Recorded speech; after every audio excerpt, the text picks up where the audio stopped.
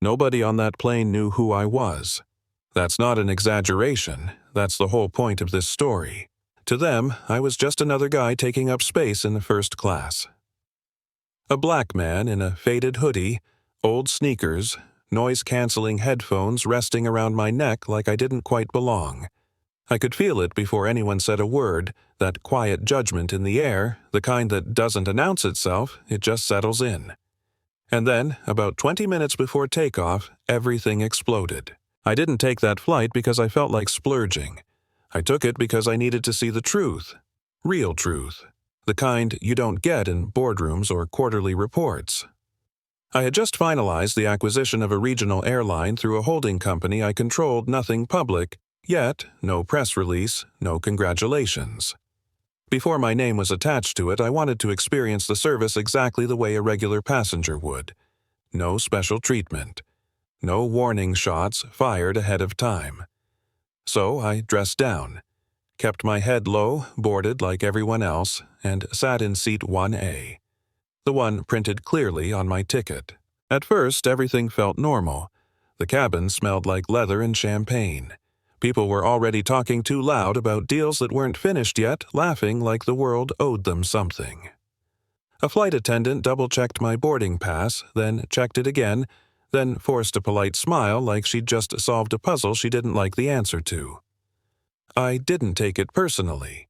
I've lived my whole life learning when to speak up and when to let things slide. That night I was planning to let a lot slide. Then he showed up. You know the type, even if you've never met him. Loud before he even reaches you. Confident in a way that feels rehearsed. Mid-40s expensive suit that probably cost more than my first car hair slicked back like he was auditioning to play himself in a movie. He walked into the cabin already irritated, already looking for someone to blame. He stopped short when he saw me sitting there. "This is a joke, right?" he said loud enough for half the cabin to hear. He looked past me, then back at me like maybe the seat would magically empty itself. I always sit here. Always. The flight attendant tried to calm him down, told him his seat was just one row back, same legroom, same service. He didn't even look at her. His eyes were locked on me now, sizing me up, deciding something. I could feel it, that internal math people do when they think power is visual, like it lives in fabric and skin tone. "Hey," he snapped, leaning closer. "You're in my seat." I slid one headphone off my ear and looked up at him, calm, measured. "I don't think so," I said.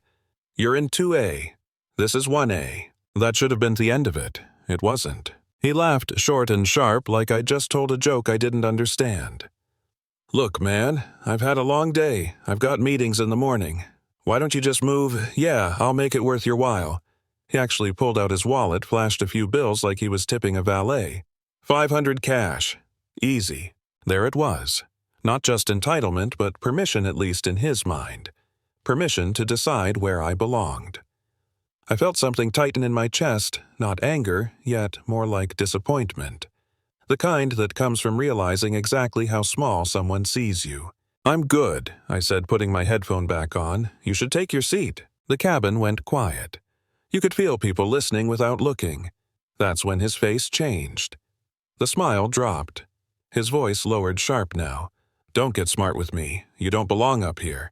That's when the flight attendant stepped in again, nervous, trying to de-escalate, suggesting maybe I move just to keep things smooth. She meant well. I know that. But hearing it, feeling that pressure land on me instead of him, that's when I said no. Calmly. Clearly. "I paid for this seat," I said. "I'm staying right here." Something in him snapped. He grabbed my hoodie hard, yanked me forward. It happened so fast my body reacted before my brain did. I pushed his hand away, not even a punch, just instinct. He shouted that I was attacking him, and then he swung. I didn't see the punch. I felt it. A sharp crack above my eye, instant warmth as blood started pouring down my face. The taste of metal in my mouth. Someone gasped. Someone laughed nervously. He swung again, wild, messy, fueled by whatever demons he'd been feeding his whole life. I could have fought back. I wanted to. Every muscle in my body knew how, but I also knew how the story would be told if I did.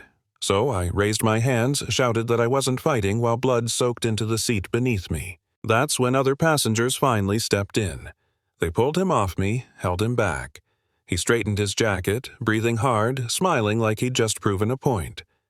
He looked at me like I'd learned a lesson. Next time he said, "Know your place," I wiped the blood from my eye and reached for my phone. I didn't call the police.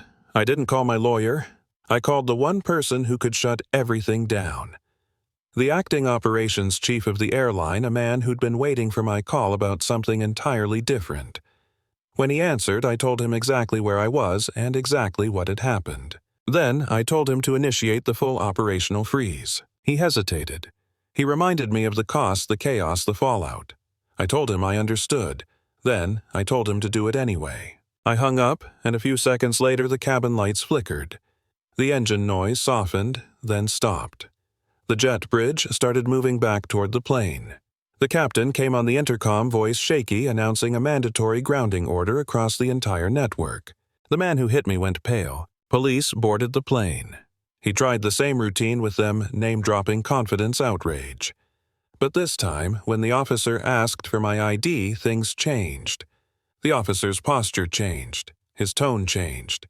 He handed my wallet back with both hands and asked if I needed medical attention. I pressed charges. They cuffed the man right there in the aisle he'd been strutting down minutes earlier. He screamed about lawyers, about his father, about ruining lives. As they dragged him off, my phone buzzed with confirmation. All flights grounded. Systems offline. The terminal looked like a movie set after the apocalypse. Thousands of passengers staring at red cancellation boards. Employees frozen confused. Executives running toward me with tablets and pale faces asking how long this would last, how much it would cost. That's the cost, I said, of treating people like they matter. The next morning, the board was furious. They called it emotional, reckless, a PR disaster. I showed them the data. Stock up. Public support overwhelming. People weren't mad, they were relieved. Someone finally stood up. The trial took months.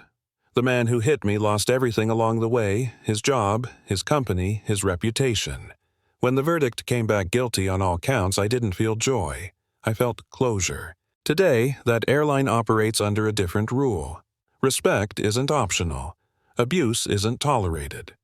No matter who you are, no matter what you wear. I still fly, sometimes in hoodies, sometimes in suits, always in the seat I paid for. So here's what I want to know. If you'd been on that plane watching it happen, would you have spoken up sooner, or would you have waited like most people did until power revealed itself? Drop your thoughts in the comments. And if you've ever been judged before, you opened your mouth. Tell that story too. Let's talk about it.